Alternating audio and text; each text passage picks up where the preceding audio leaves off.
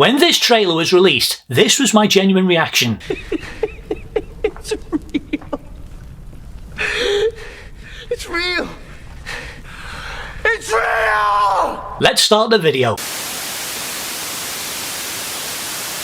Hello my lovelies and welcome to another trailer talk. And in this video, I will be taking a look at the very first official, not leaked trailer for Spider-Man Brand New Day. Set for release in July 2026. The fourth installment for the MCU's Webbed Wonder catches up 4 years after we last saw the friendly neighborhood hero, with Peter Parker gone and Spider-Man at the top of his game keeping New York safe, until an unusual trail of crimes pulls him into a web of mystery larger than anything he's ever faced before. In order to take on what's ahead, Spider-Man not only needs to be at the top of his physical and mental game, but he must also prepare to face the repercussions of his past. This installment is set to be directed by Shang-Chi director Destin Daniel Cretton, written by Chris McKenna and Eric Sommers, and star Tom Holland, Zendaya, Jacob Batalon, John Bernthal, Mark Ruffalo, Sadie Sink, Michael Mando, Jamel Tillman, and Marvin Jones III. I was genuinely starting to think that we weren't going to get a trailer for this movie. You're leaving it late, Sony, but it's here, it's out, and it's very much real. And I can't lie, the build-up to this trailer's release was interesting. What was the point of all those clips? Apart from revealing just how bad the leaks actually were. God,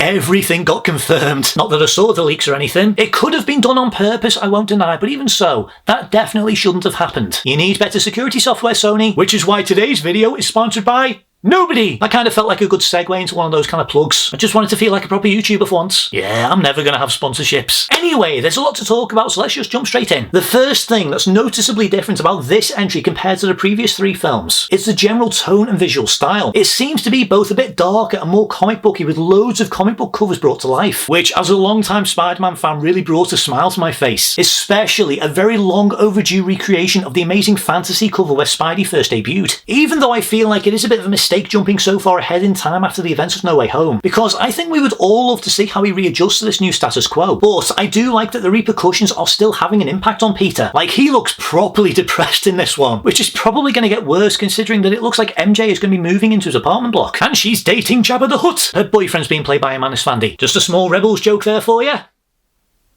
Wasn't a good one, was it? Moving on, and both unfortunately and quite understandably, Peter seems to be letting his personal life slip in favour of being Spidey, which looks like it might be bringing on some unexpected changes. Or as some might say, mutations. It was heavily rumoured that Peter was going to start becoming a bit more Spider-like over the course of this movie and start developing new powers, including organic web shooters. And that does seem to be the case here. It's also been heavily rumoured that at some point in this movie we could potentially see some sort of appearance of Man-Spider. And based on what we see in this trailer, I wouldn't rule it out. His eyes even go black at one point. It's definitely not Venom as some people keep insisting. No, it isn't, drop it. There's even a shot of Peter getting some sort of body scan and he's kind of standing in a weird way, almost as if he could have 4 extra arms. Especially since that does kind of tie into the theme of Peter versus the Spider and how he needs to find a way of balancing his life. But then again, would that be too much to add into this film considering just how much else is happening as well? Which has all been confirmed by this trailer, by the way. And it has made me a little bit worried. Not only are we getting Spidey's usual woes and now the mutations, we're also going to have a subplot that involves the Punisher,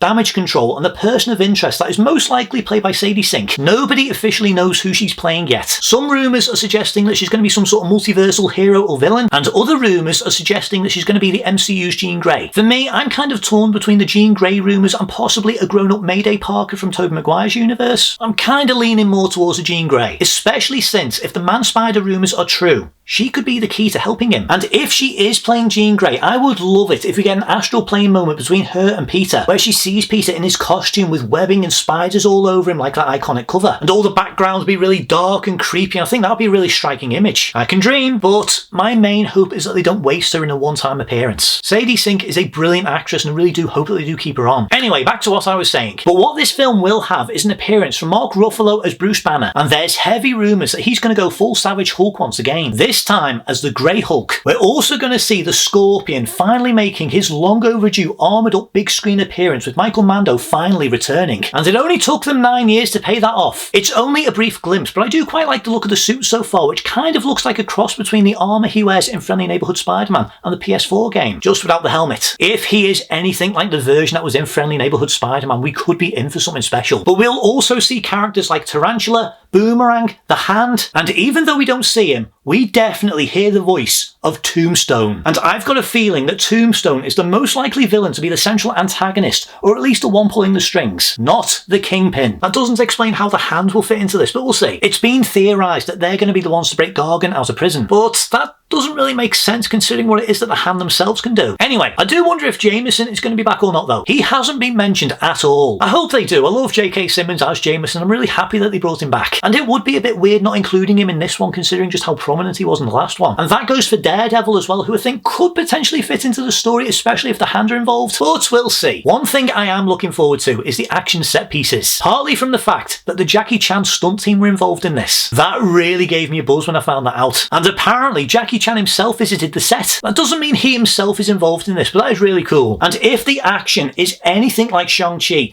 I think we'll be in for one of the best live-action Spidey films ever made. And so far, from the scenes and sequences that have been shown in this trailer, I think that it does have the potential. Plus, I love how practical this movie's going to be, especially from what we saw in Glasgow last year. The CG is definitely going to need a little bit of tweaking and work, but I do feel like both Sony Imageworks and ILM will sort that before July. Plus, I love that shot inside the mask. It's really unique and comic booky and it kind of plays with my head a little bit. There's no space in the mask, where's the camera supposed to go? But it is really cool and creative. And the whole costume he's got is just mwah! Honestly, I really do like the look of this one. It looks darker, it looks far more comic booky, and while I am slightly cautious about this potentially being overcrowded, I am excited for this movie and I can't wait to see it when it comes out. Spider-Man Brand New Day will be in cinemas from the 31st of July. Right, that is everything I want to say for this video, so if you have watched this video, thank you very much for watching. If you enjoy this content, please be sure to like, subscribe, hit the notification button, and let me know down below what you think of the trailer. Are you excited? Do you have any theories? And if you have any suggestions for future Rewind reviews you want to see me do, let me know down below. But until next time, thank you very much for watching, and I shall see you in the next video. See you guys.